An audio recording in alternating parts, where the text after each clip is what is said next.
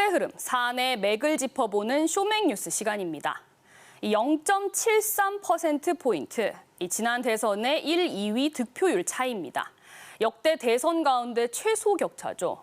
겨우 이긴 여당과 아깝게 진 야당 모두 이번 지방선거 투표율 올리기에 박차를 가하고 있습니다. 국민의힘은 새 정부에 힘을 실어달라며 민주당과 정의당 등 야당은 투표해야 이긴다며 지지층 투표를 독려하고 나섰는데요.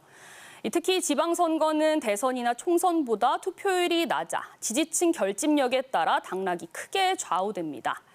그제 끝난 사전투표율은 전국 평균 20.62%로 역대 지방선거 최고 사전투표율을 보였죠. 경북은 23.19%로 평균을 웃돈 반면 대구는 14.8%로 전국에서 가장 낮았습니다. 특히 대구는 선거 때마다 투표율 전국 최하위로 유명하죠.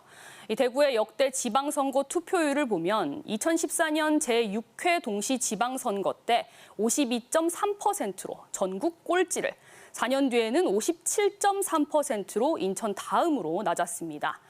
같은 선거에서 경북은 60% 수준의 투표율을 보이긴 했지만 여전히 투표 절반 가까이가 버려지고 있는 겁니다.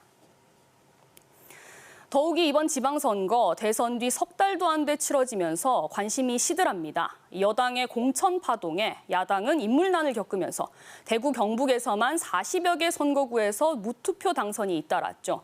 해당 지역에서는 관심도가 떨어질 수밖에 없어 투표율이 사상 최저가 되는 것 아니냐는 우려가 나옵니다. 하지만 내가 포기한 한 표가 선거 결과를 바꿀 수도 있습니다. 2018년 지방선거를 보면요. 당선자와 득표율 2위 사이 최소 표차는 24표로 강원 평창군수의 당락을 좌우했는데요. 우리 지역에서도 영양군수가 59표 차, 봉화군수가 134표 차로 아슬아슬하게 당선됐습니다. 또 당시 지방선거와 함께 치러졌던 김천 국회의원 재보궐선거에서도 500표도 안 되는 0.6%포인트 차로 송원석 후보가 당선됐죠. 그만큼 표 하나의 무게가 누군가에게는 그 어느 것보다 무겁다는 건데요. 그나마 이번 지방선거와 관련해 유권자 10명 중 7명가량이 반드시 투표하겠다고 밝혔습니다. 중앙선관위가 한국갤럽조사연구소에 의뢰해 전국 만 18살 이상 유권자 1,500여 명을 대상으로 지난 9일과 10일 조사한 결과인데요. 지난 지방선거보다 전체적으로 보면 1.1%포인트 떨어진 수치입니다. 그런데 구체적으로 보면 이 젊은 층의 투표 참여 의향이 급감했습니다. 29살 이하 응답자들은 지난 지방선거보다 14.2%포인트, 30대는 12.7%포인트 감소했습니다. 이 젊은 유권자들의 투표 의향 감소가 선거에 어떤 영향을 미칠지는 지켜봐야 할 것 같습니다. 이 사전 투표한 분들도 있겠지만 아직 투표 안 하신 분, 그리고 할지 말지 고민인 분들도 여전히 많으실 텐데요. 이 본투표일까지 이틀 남았죠. 아직 시간은 넉넉합니다. 이 후보자의 정책과 공약은 정책 공약마당 사이트에서 확인할 수 있고요.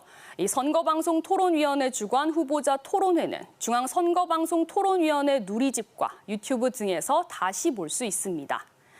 이 평범한 시민이 가진 최고의 권력, 바로 투표입니다. 국정 안정론이냐, 정권 견제론이냐에 앞서 우리 지역에서 제대로 일할 일꾼을 뽑아 더 나은 지역을 만들기 위한 소중한 한 표가 절실합니다. 지금까지 쇼맥뉴스 오하영입니다.